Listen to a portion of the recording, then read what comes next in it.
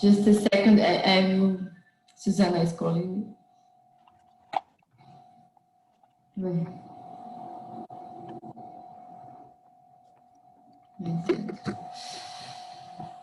So we need to wait a bit for more people.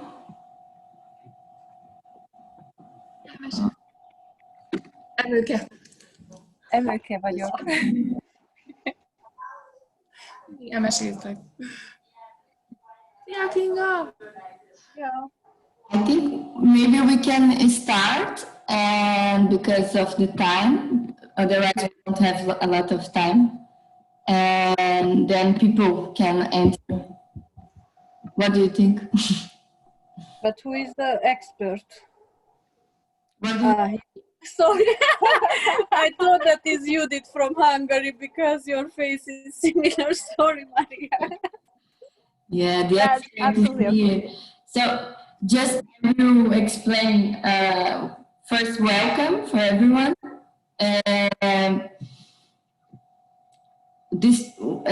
Maria will talk with us a bit around 10 minutes, and then after that we can start to write some questions on the chat, and then she can keep talking based on these questions also. Mm-hmm. And I want to say that the meeting, we are recording the meeting, but this link, we will send it only for you. It's private. It's this.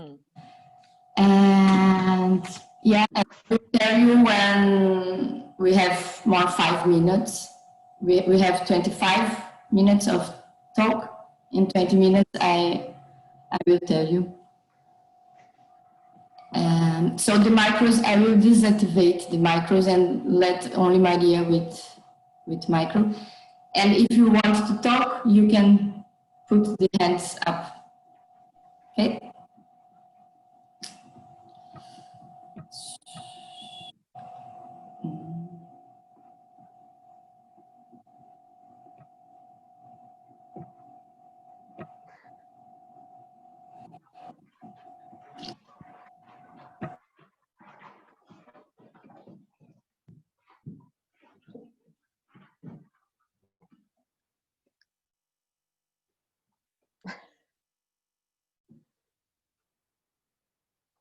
Do you want me to start, Gabi? Okay, so we should finish sharply at 10, right? So we have 25 minutes from now. Yeah, okay.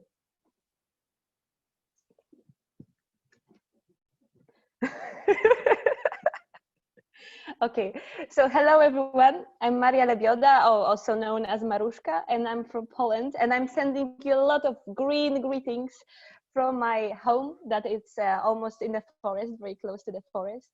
And if I can just hear your voice, and if you can just say your name for a second, I want to hear the voice because I really then feel more connected with people. It will be very nice if you can do this. Hi, Maruszka. My name is Kinga, and I am from Transylvania, which is part of Romania. Thank you. I am Emőke, and I am also from here. I am from here. I am Zsuzska, and I am from Budapest. Thank you. I am Gabriela.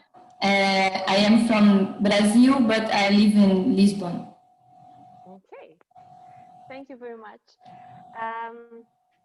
Maybe at the very shortly, I want to say who I am and why I'm here, because maybe not everyone read it before.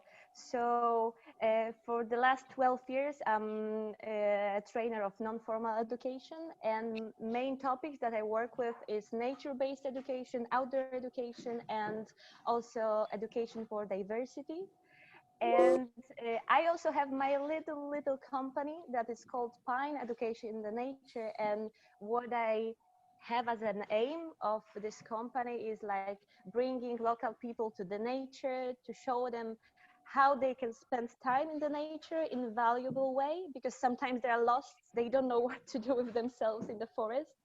And just sometimes it's only give them a little hints and guides them, and also organize some events that can bring people more to the forest, to the nature, and also give them the chance to develop themselves, to raise their social skills, cultural competences, and also to meet with other people in some nice surroundings, not always in the city in this the normal way as we usually do in the cities, but in the other more beautiful surroundings.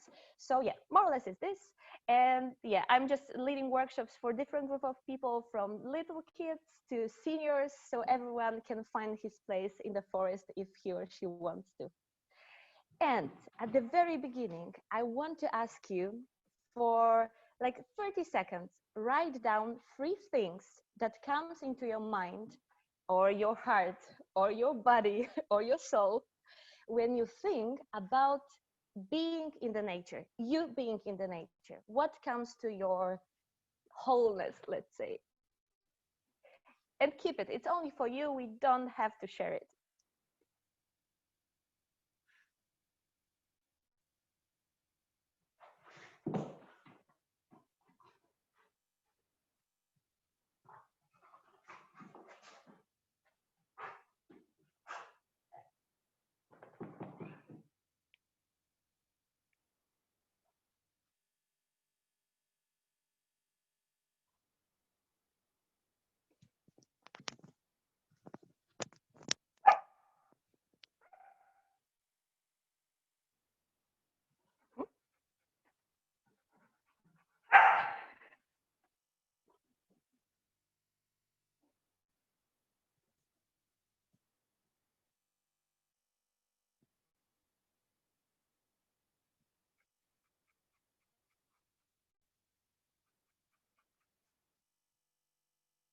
Okay, are you ready?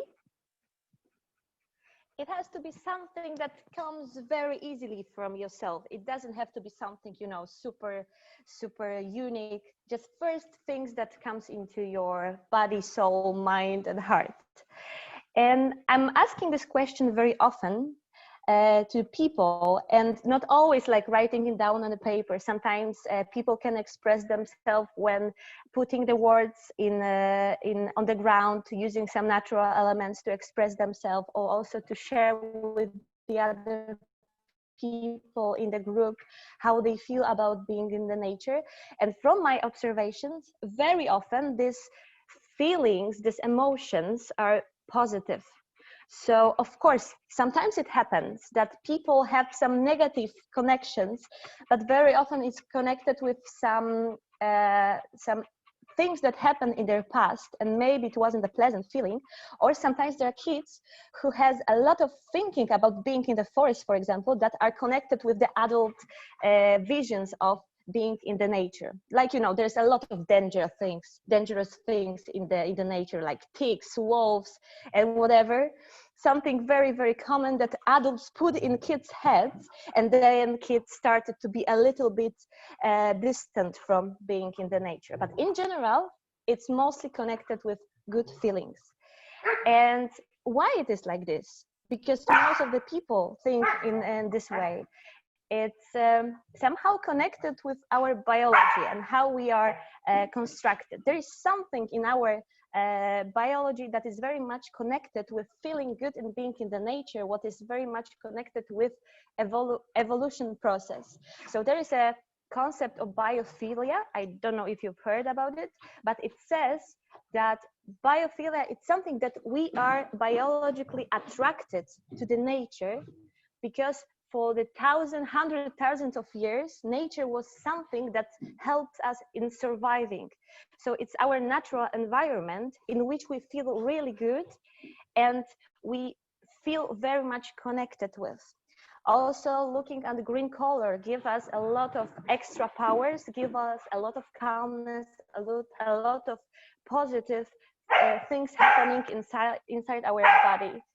And there is also something that is very much important about our body, about our mind, that people who spend a lot of time in the nature, take a lot of benefits from it, but only 2 hours per day, maybe not 2 hours per day, but you can, after 2 hours in spending in the nature, you can see how much it benefits your body. For example, it lowers your blood pressure, it lowers your sugar level in your blood, it helps you with avoiding the stress, it helps you with concentration and memorizing things, and a lot of other things that from this biological point of view, from this physical point of view, are helping you. But also there's a lot of things that are connected with our psychology that is very much connected with being in the nature and helping us with understanding how our body and our heart and mind works better there. And when I'm thinking about how we understand healthy person today, very often people mention 3 things that comes into my mind: is healthy diet, enough sleep, and also regular exercising. Probably you can see the same things when you think about healthy person. This is something that people are the recommendation for people to do. And there's one very important element for me missing, which is having connection with the nature, regular contact with the nature.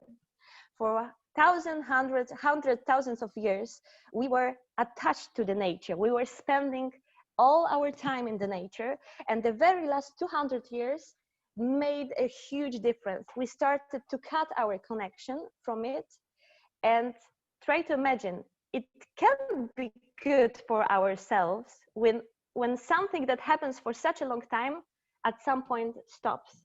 And now all the things that we can observe in our lives, like getting more depressed, anxiety, a lot of stress that we have, is also very much connected with the lack of contact with the nature. So when I'm thinking about being more resilient or avoid different kind of psychological problems that we can have, we can search for the answers in the nature. And it's also one of the practices that I'm doing when I'm working with different people, that observing nature gives us a lot of answers that we have in our minds, but sometimes we search for them and we can't find them. And I strongly recommend you to find metaphors in the nature. So one of the metaphors that I really like is the metaphor of the strong tree. Try to imagine the strong tree that it's standing in front of your window, or you are standing in front of this big tree, and it's winter, for example. And we have a situation that this tree, it's really strong, but every single day in winter there's snow coming and putting more and more snow on the branches of this tree. And what's happening? At some point, the snow is too heavy for the branch to still stay there. And there are 2 options. The branch can be broken, or what's a genius thing about the architecture that we have in the nature, that this branch started to very slowly bending, and then the snow is going down. So for me, it's like a great example how the nature finds easy solutions for like solving some problems that the nature, the plant or the tree can have. And I think that from this observation we can use also use in our daily life, and use it as simple example of how to deal with different things. The same with the rain, the same with the sun. Sometimes we can have a lot of different difficult situations. We can face different difficult situations, like rain. Let's say the rain will be our difficult situation, and then there's always a sun coming after. That it's this good energy that is feeding us, and we can take an extra energy from it. So what I think you can also learn from the nature is to accept the things how they are. So sometimes you can't like fight with everything in your life that is happening. Sometimes it's easier to accept things that comes to you and just take them as they are, and also see what kind of positive things you can take from them. And yeah, in like the observing nature in this case, it's very, very helpful.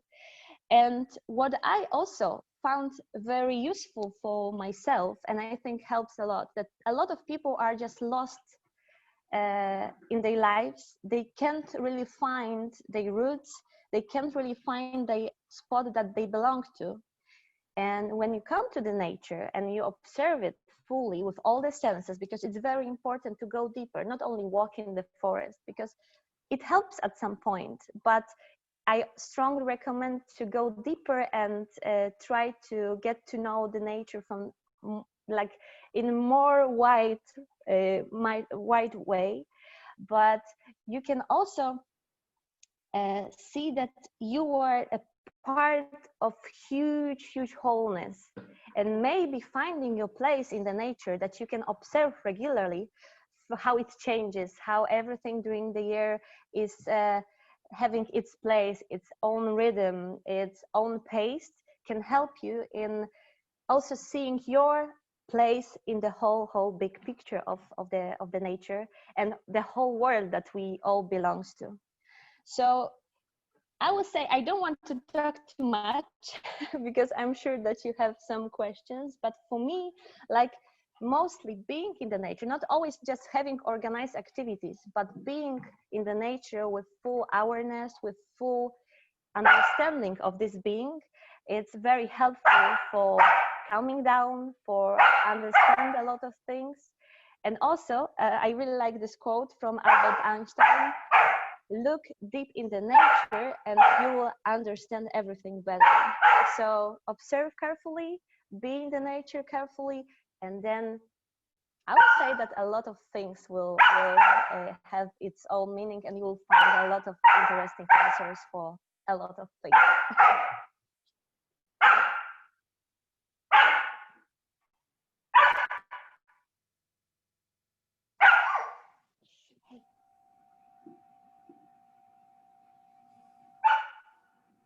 So we still have more, around 10 minutes, so we can open for questions. If you want to write or to talk, I think it's up to us. No?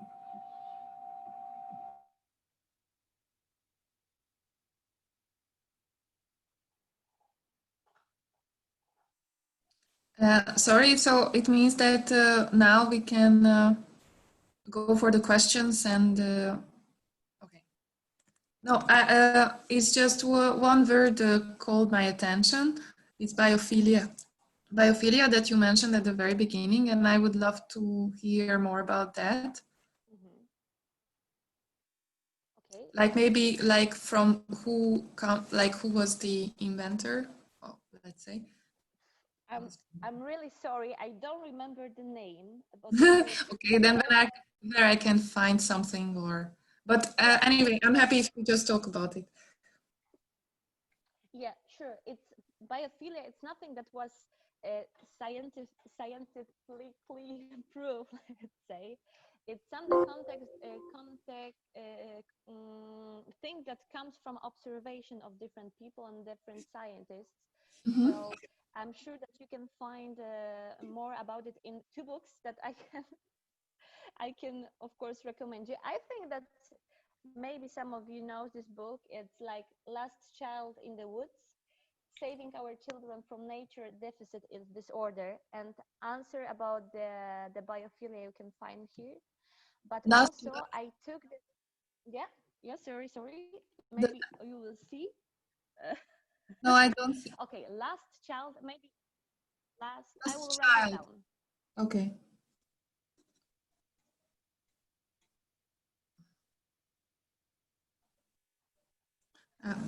And I think it's one of the most important books that it's super old, not super old. It's like 15 years old, but it came to Europe a little bit later that it was written in US.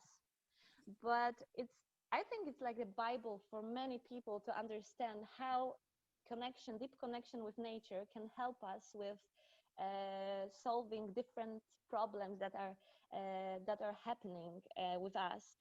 Mostly it's focused on kids, that's true, but I think that even for adults, everyone who loses his connection with the nature can be very, very helpful. And from the same author, because I think you can also find this answer here about your question about the biophilia. It's another book that is called Vitamin N, very simple name. Vitamin N, from the same author, and you can find like 500 ideas and inspirations for how to get closer to the nature from different ways, because it's not always like organized way of being in the nature, like having a nice schedule, having the guide who is telling you do this or go there, experience this. It's very often self-experiential things that you can just go with your friends, with your family, and explore nature more, and try to be more aware of what's happening there around you and how you can benefit from this simple thing. And more about biophilia, I think it's like something that maybe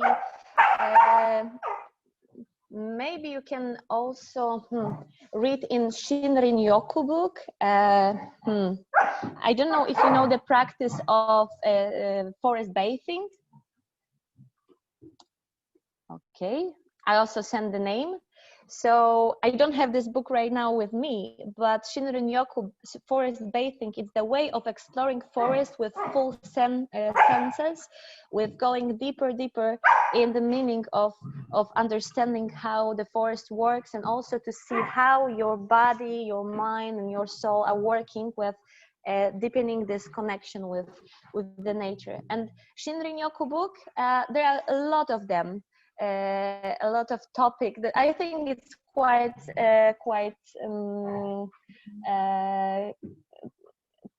popular topic right now in Europe. So I'm sure that there will be more information about it. Thank you.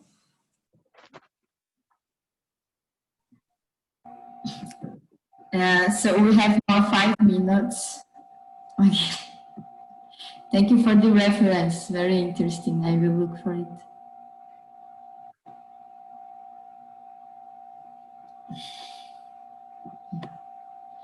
I keep thinking in how to.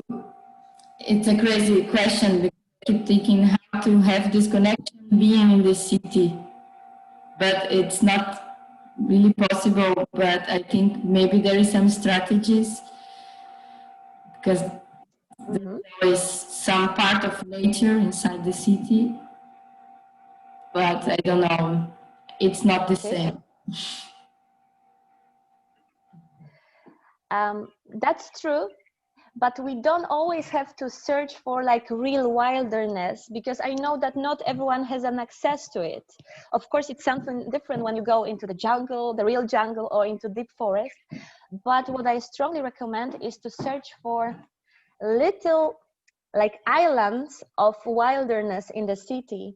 And sometimes it's a very good starting point if you let your kids or yourself to observe how the wild nature is trying to survive in asphalt world. It's also a great way to build your own resilience, because you know, simple thing like look at the plants that are coming from the pavement. You know, can you imagine the little plant that is trying to survive being surrounded with huge concrete world? And it's great to also to see how nature is trying to go into our world, like our city world, with its own rules. And I think it's also a nice observation that you can have, and search for all these places in the city. I'm sure that there are a lot, maybe less organized than the parks, because park is something that human is very much organizing but by himself.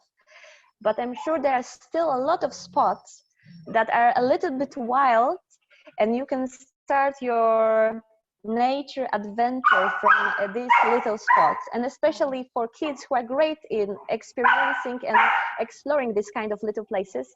You can watch them also how they are, you know, like super curious about everything that is connected with all these little spots that nature creates. And I really think that kids are very good example how you can observe nature. So following kids helps us to be one more time very much attracted by nature, very much discovering nature from this new side. Like, yeah, I think that they are brilliant example of people, young small people who can discover nature and teach us how to discover nature from a different way that we usually do, because adults usually use this and kids are using this everything that not always is connected with mind. And I think it's a great lesson that we can have from them.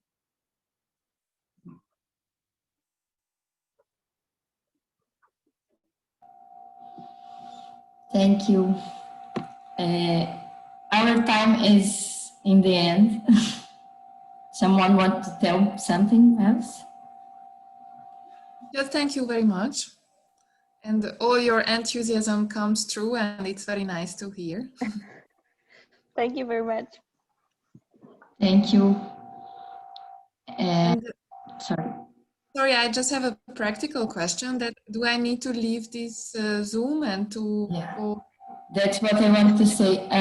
We come back for the same link, but it's already another meeting because of the time, so we can have more 30 minutes. So we come back for the same link. Only Maria, she will change the link for the next group. Okay. You know your next link? Yeah, I know. So now I'm leaving, right? Yeah, we Okay. leave this room, but then we come back in the Okay. link and you come back Okay. to the next group. Thank you very much, and we will have time to talk more in the next meeting with Maria, the other meeting. Thank you very much. Enjoy the next groups, and see you later after all our group Thank you. meetings. Ciao. Thank you.